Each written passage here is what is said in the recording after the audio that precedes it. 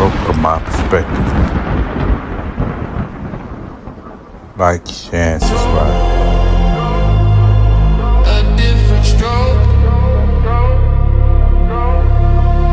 A different stroke. Started out of nowhere. A different stroke. Started out of nowhere. Welcome to A Different Stroke, where each stroke tells a different story from my perspective. I'm Eric, stroke survivor. You know, survivor,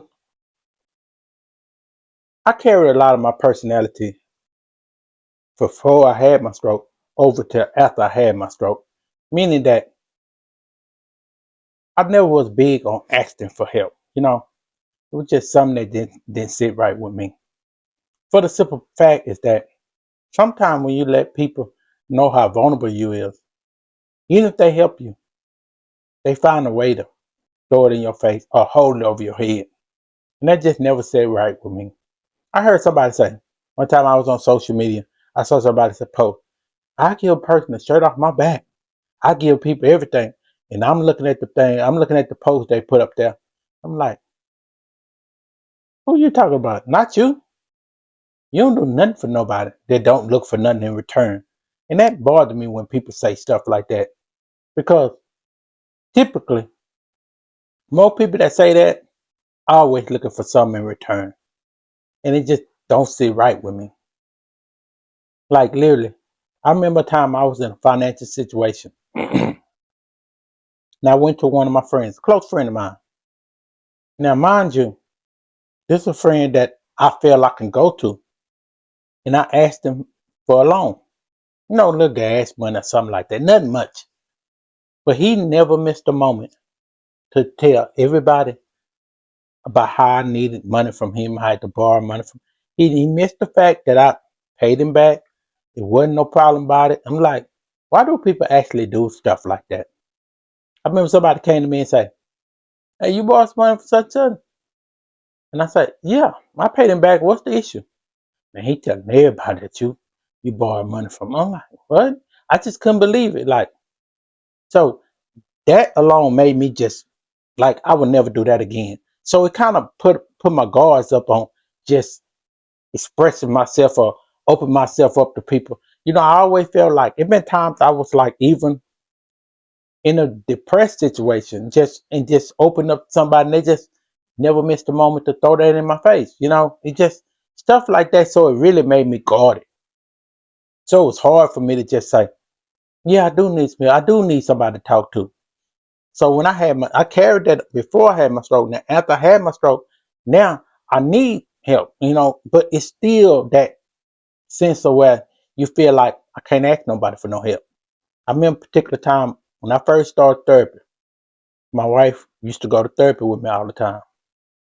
And for the simple fact, so I wouldn't have to ask nobody to take me to the restroom, get my food out the icebox or none of this kind of stuff. So she went there for like two weeks straight every day.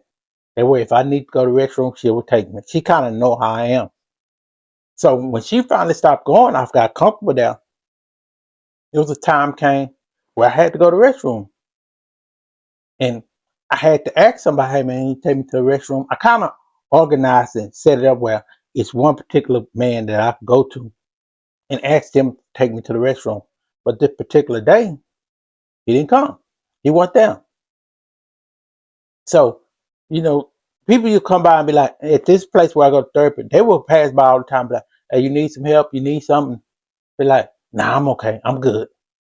I would always say that. For some reason, I would always say that. Remember a particular time, lady came by, hey, you need to go to the restroom, need anything? Nah, I'm okay.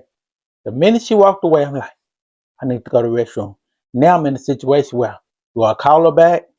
Do I ask her for help? And they're like, I just couldn't believe it. It's just like an instinct. When somebody asks me for something, ask, hey, you okay? You good? My instinct is to say, I'm good. Because what you gonna do if I'm not? That's just automatic my instinct.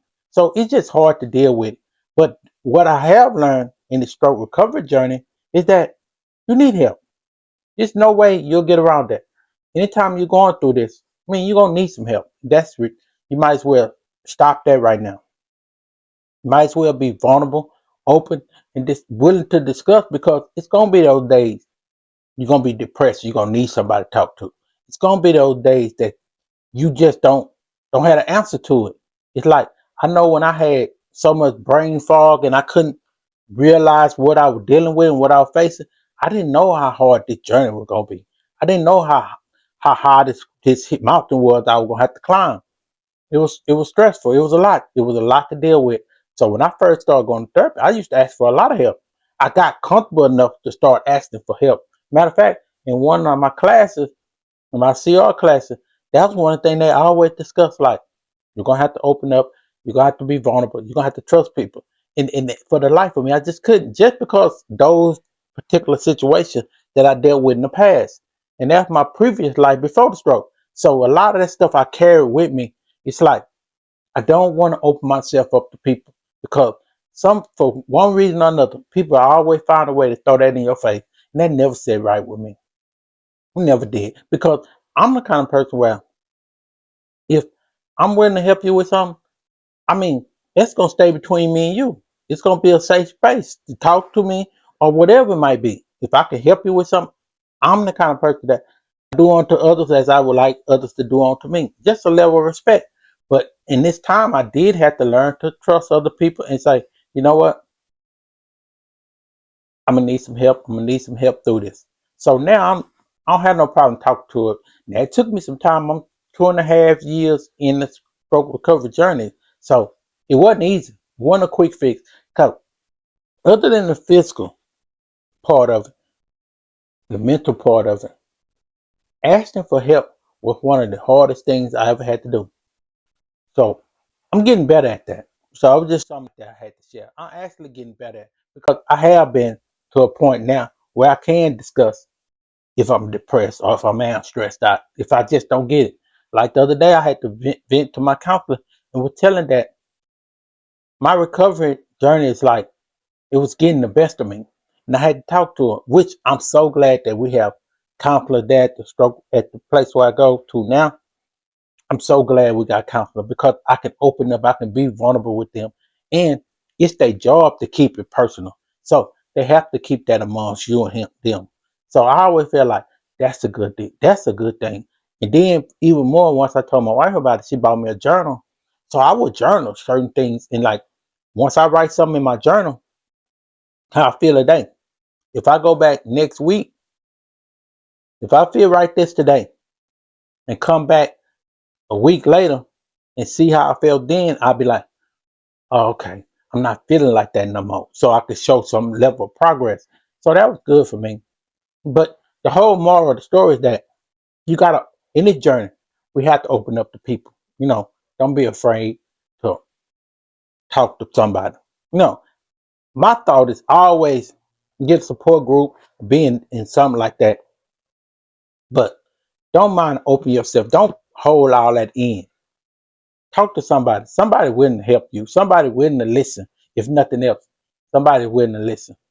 I always like to end with a positive perspective. And the positive perspective for the day is, it's just a chapter. It's not your whole story. Survivor, find you somebody to talk to. Talk to somebody. They'll listen. It's happening to younger people. Happening to younger people. It's happening to younger people. Happening to younger people. The road to recovery is different for everyone. A different stroke. The road to recovery is different for everyone. A different stroke. The road to recovery is different for everyone. A different stroke. The road to recovery is different for everyone. A different stroke.